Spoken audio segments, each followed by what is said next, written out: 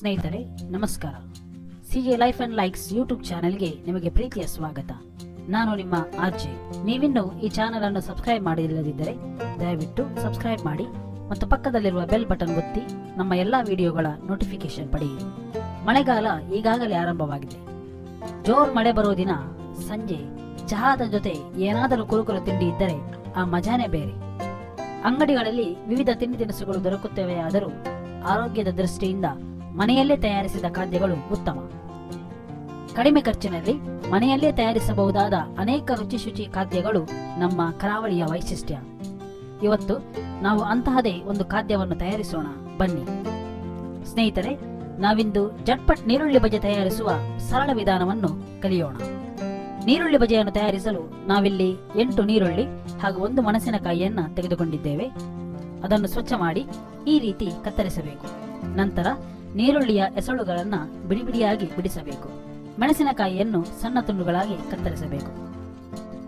ಒಂದು ಪಾತ್ರೆಯಲ್ಲಿ 1 ಚಮಚ ಕೊತ್ತಂಬರಿ ಹಾಗೂ ಜೀರಿಗೆ ಹುಡಿಯ ಮಿಶ್ರಣ, 1 ಚಮಚ ಮೆಣಸಿನ ಹುಡಿ, 1 ಚಮಚ ಉಪ್ಪು ಹಾಗೂ ಸುಮಾರು 250 ಗ್ರಾಂನಷ್ಟು ಕಡಲೆ ಹುಡಿಯನ್ನ ತೆಗೆದುಕೊಳ್ಳಬೇಕು.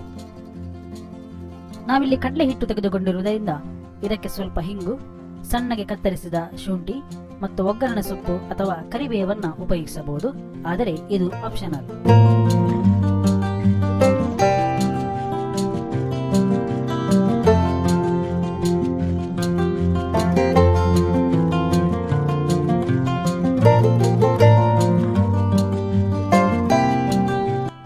ಈ ಮಿಶ್ರಣಕ್ಕೆ ಈಗಾಗಲೇ ಕತ್ತರಿಸಿದ ನೀರುಳ್ಳಿ ಮತ್ತು ಮೆಣಸನ್ನ ಸೇರಿಸಬೇಕು.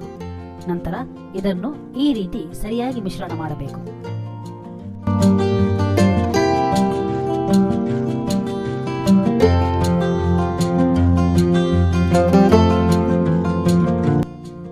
ಇದಕ್ಕೆ ಸ್ವಲ್ಪ ನೀರನ್ನ ಸೇರಿಸಬೇಕು. ಜಾಸ್ತಿ ನೀರು ಮಿಶ್ರಣ ಮಾಡದಂತೆ ಸ್ವಲ್ಪ ಜಾಗ್ರತೆ ವಹಿಸಿ.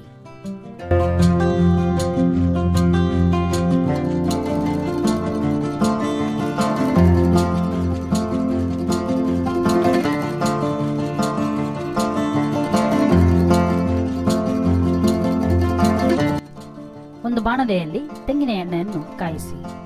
ನೀವು ಬೇಕಾದರೆ ಪಾಮೋಲಿವ್ ಅಥವಾ ಸನ್ಫ್ಲವರ್ ಎಣ್ಣೆ ಕೂಡ ಬಳಸಬಹುದು, ಆದರೆ ಬಜೆ ತೆಂಗಿನ ಎಣ್ಣೆಯಲ್ಲಿ ಫ್ರೈ ಮಾಡಿದಾಗ ಅದು ತಿನ್ನಲು ರುಚಿಯಾಗಿರುತ್ತದೆ. ಎಣ್ಣೆ ಬಿಸಿಯಾದ ನಂತರ ಸ್ವಲ್ಪ ಸ್ವಲ್ಪ ಬಜೆ ಮಿಶ್ರಣವನ್ನು ಈ ರೀತಿ ಎಣ್ಣೆಯಲ್ಲಿ ಬಿಡಬೇಕು. ಗ್ಯಾಸ್ ಮೀಡಿಯಂ ಫ್ಲೇಮ್ನಲ್ಲಿ ಇರಿಸಿ, ಇಲ್ಲದಿದ್ದರೆ ಬಜೆ ಹೊರಗಿನಿಂದ ಕಪ್ಪಾಗುತ್ತದೆ, ಆದರೆ ನೀರುಳ್ಳಿ ಸರಿಯಾಗಿ ಬೇಯುವುದಿಲ್ಲ.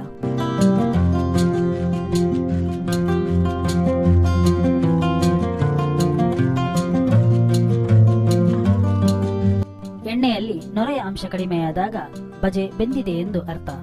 ಆಗ ಬಜೆಯನ್ನು ನಾವು ತೆಗೆಯಬಹುದು.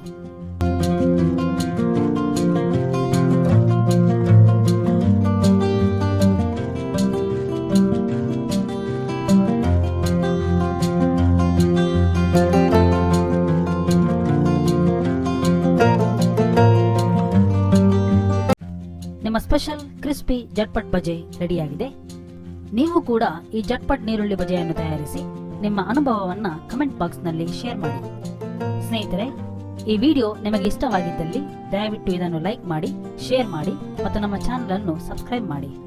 ಇನ್ನಷ್ಟು ಉಪಯುಕ್ತ ಮಾಹಿತಿಯೊಂದಿಗೆ ಮುಂದಿನ ವಿಡಿಯೋದಲ್ಲಿ ಮತ್ತೆ ಭೇಟಿಯಾಗೋಣ. ವಂದನೆಗಳು.